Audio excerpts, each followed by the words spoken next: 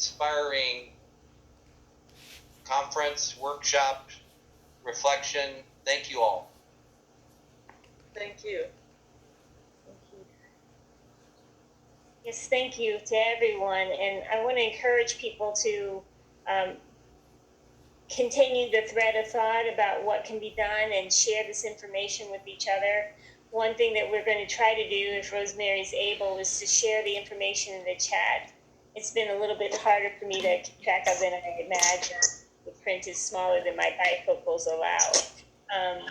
But we had some helpful links. And again, we want to thank our presenters for their thoughtfulness and for moving us into new ways of approaching and thinking of problems and thinking of solutions and thinking of ways to communicate with one another. Encourage you to remember Voices for Creative Nonviolence in your War Tax Resistance coming up on Wednesday, and an ongoing support for their work and their solidarity, especially with the people of Yemen, which you sometimes see in the New York Times, but really Voices for Nonviolence is the one that's introduced many people to the travesty of the oppression there, and continues to forge the solidarity with the Afghan peace volunteers. So I do encourage you to be supportive of their work. And the organizations that put this event together, co-sponsored it. Remember IRTF and their 40th anniversary, and Peace Action is always looking for people to be willing and able to attend their events and to help sponsor their events. Maybe at the end, Rosemary can announce the next Tuesday night event.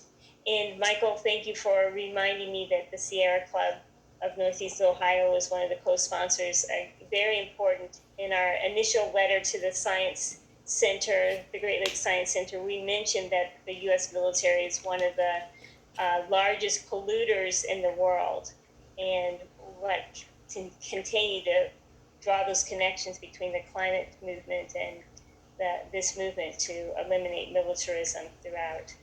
So now I want to introduce Anita Tobin, who also, as I mentioned at the beginning, was one of the presenters at the initial plenary of the People's Justice and Peace Convention in 2016.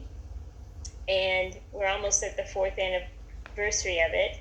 And Anita is currently living in Austin, Texas. So if it weren't for Zoom, we wouldn't be able to be with her this evening, but we're very grateful that she has decided to accept this invitation. She is a poet from Cleveland, Ohio, and grew up in Glenville. And she's experienced in her bones the racism, the inequality, the oppression that we're talking about that manifests itself in Cleveland and throughout the world. She graduated from OU in 2008 with a degree in African American Studies, which I think is just marvelous, and wish that I had encouraged my son to have such a degree. I think more of us need that knowledge. She is the Southern Regional Director of Hip Hop Congress, and she pasted in the chat the link to her work, her organization. So again, I ask that you be supportive of these artists that give so freely and so generously of their time. And I'm looking forward to what Anita has to present for us. I remember the night of the Peace and Justice Convention, she did a poem that had kind of a lyrical tap your head to it, and I spent like 2 months keeping that in my head. But tonight she has something that's probably pretty challenging, and we'll move up again to re-examine the reality that we're living in. So thank you, Anita, and welcome. And thank you for being willing to be our closing tonight. Thank you for having me. I appreciate it. So I prepared 2 pieces, but we're short on time. So do you want me to read one or both? Because I think you should go for both. Both? Okay. All right. So forgive me if I stumble. I haven't performed at all since I've been in Texas. I've been here about a year. The first piece that I'm going to perform, and it's hot, y'all. It's real hot. So I turned off the air conditioning so it wouldn't be in the background like making noise. But anyways, so the first piece I prepared for you is a new one. They're both new. I'm really excited to read them to you, and just bear with me if I stumble. This piece is entitled Trump, We Need a Prenup. I say now, Trump, we need a prenup. Hold on now, Trump, we need a prenup. Merriam-Webster defines prenuptial agreement as an agreement made between two people before marrying that establishes rights to property and support in the event of divorce or death. I say now, hold on down. I ain't down with this, Jack. You weren't wanted in the first place, but mother sold me to you for 3 goats and a mule. Upon reconsideration, I was actually free. You paid no time, you paid no funds, you paid no blood, sweat, or tears. For you, I will have none.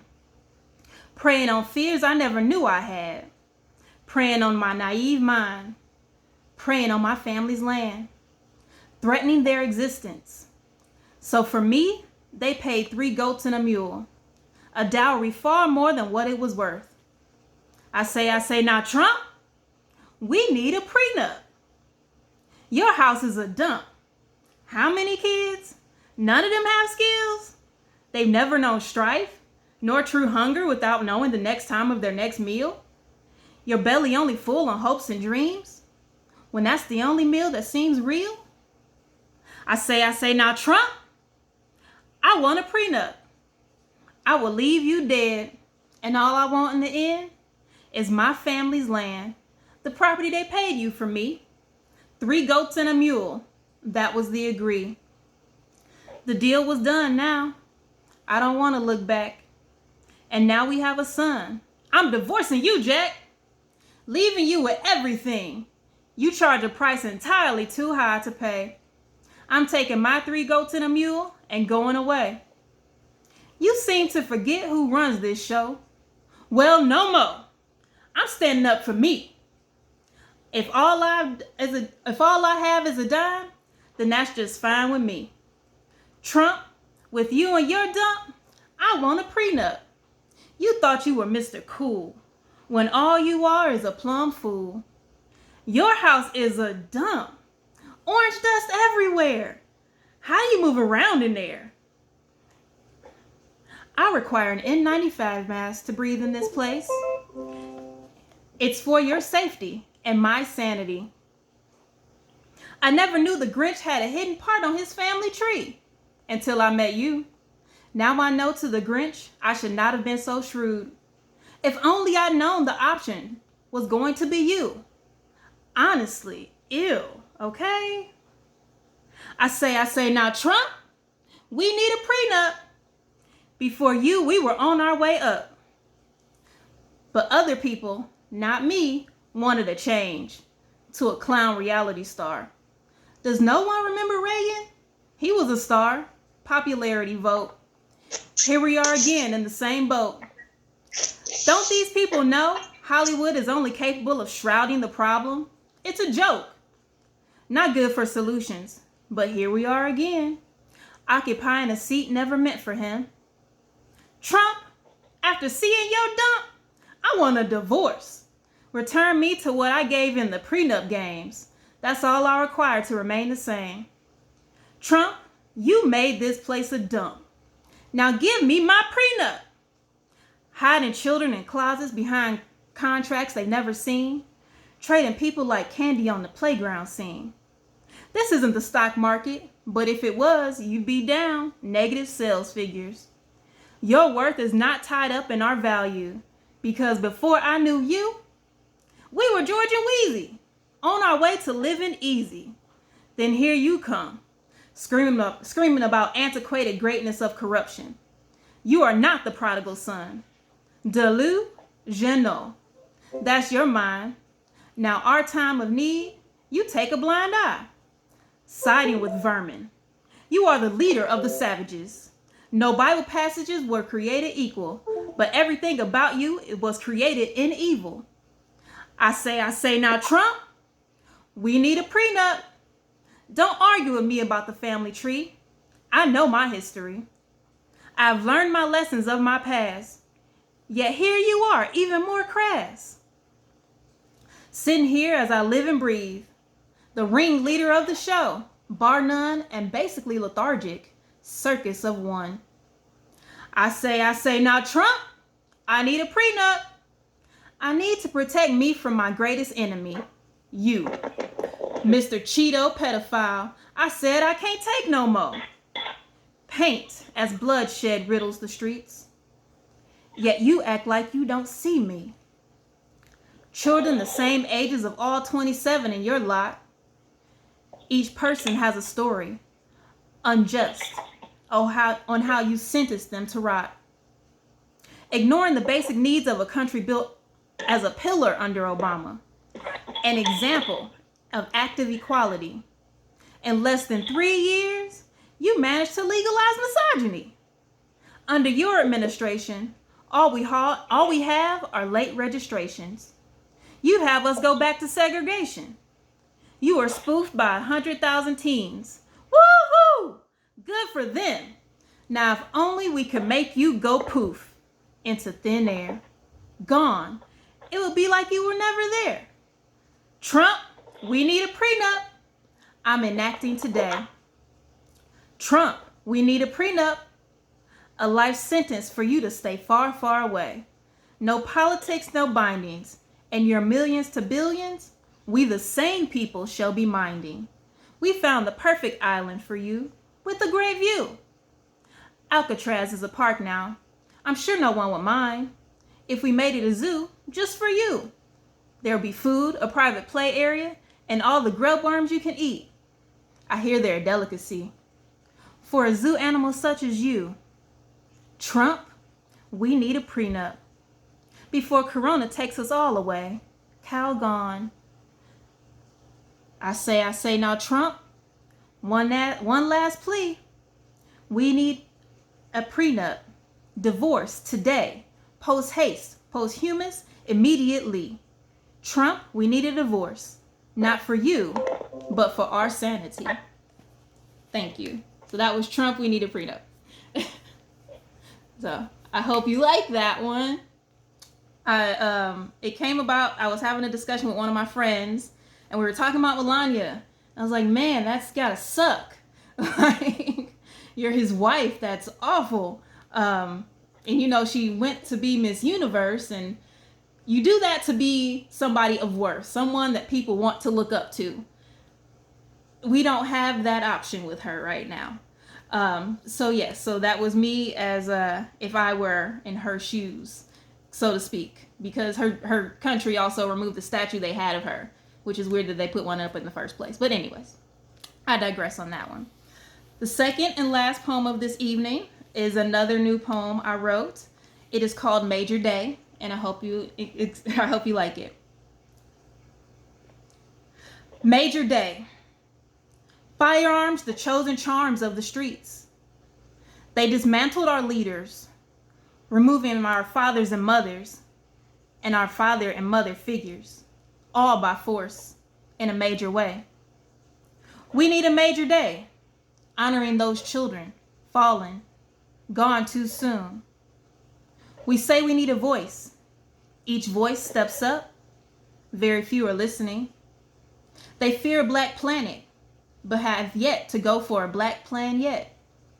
They want us caged for a distorted reality. That includes them and not me. The words that I'm speaking is not a trend. It's not an illusion. View me. All 10 fingers, all 10 toes. Digits in your view. Here to stand up for what is righteous. Get up, stand up. Stand up for your rights. Get up, stand up. Stand up for your rights. Get up, stand up. Stand up for your rights. Rights, a privilege to the free. Somehow, in the 21st century, I feel enslaved, systemically oppressed. Out of dating options, because they've all been placed under arrest. Distrust. Mental games you play, but they all the same. Get up, stand up. Stand up for your rights. Get up, stand up. Don't give up the fight. I can't breathe. Mommy, don't cry. It's gonna be all right. In a major way, we need a major day. No bullets, no chokeholds, no whips, no nooses. No stun guns, no tasers. No more violence over 40 cents and a Lucy. Danger, danger! Quick run, hide. For these truths are sadly evident. A black person cannot live free in this country without an act of violence under this president. Remove the thought of violence as physical, as this violence is warfare. A mental game, battleship. We are all forced to play. And trust from here on out, we will be there. Every little step you take, we will be there. Every little move you make, we'll record together. Every time we're in court, we'll prove inequalities. Every little move you make, we'll join forces. Every little step you take, we'll prosecute you together. Smile, you're on candid camera. In a major way, we need a major day. Children are falling victim to too much of this inadequate system. Their bodies are being left. Life less. Why are our lives worth less? A duty to serve and protect. You consume and forget, treading upon us as if you are too great and we too small. David beat Goliath. Jack cut the beanstalk. The hand that feeds you will now be gone. Every little step you take, we'll record together. Smile, you're on candid camera. Forever. Accruing footage of you mishandling we. When you think you're in the shadows, in the shadow no more. Smile, you're on candid camera. We know our rights, for which we get up and we fight. Children's blood shed time and time again. Children. Inside of all of them, boundless love. You used unnecessary force and decided to end lives, all lost, gone. Souls now left in limbo, not knowing what happened and finding out too late. We are left here, the living, to write the story, to show the footage, to make them remember, as you are now a legacy. Views of heinous acts against innocent lives, already living against all odds. So doesn't it seem kind of odd when you murder a child for playing in the streets, a toy gun in a play yard? One look, one shooter, one bullet. Bang! An entire country shook, a core unsettled, a soul in unrest, displaying a country obsessed with everything, mainly themselves, in virtual reality. For the true reality is an unjust system far past its prime. Get up, stand up, for in a major way, we need a major day to honor our souls lost in the folds, open the cracks to expose more. Remove our family members from this corrupt system. A major day. No guns, no tasers, no cuffs, no violence. A major day. We'll rejoice. A major day. Children can play innocently. A major day. Oh, happy day. What a day that will be. Thank you. So I hope you all enjoyed that. That was Major Day. The title for it was actually inspired by a couple years back in Cleveland, a young man, his name was Major. He was 3 years old and he was a victim of a drive-by. And it just, I don't know, this just came out of me, thinking about him and thinking about Tamir. And just everything that's going on right now with our military, with the police, the fact that police have tanks it's all very overwhelming. But I always think of things in child's eyes. Like, how are they looking at this? And I want, if nothing else, for you to think about that. Don't look from your adult perspective, because we've been adults and we're here, but think through the eyes of the children who are right now, and they're going to grow up, and these will be their fears. So thank you.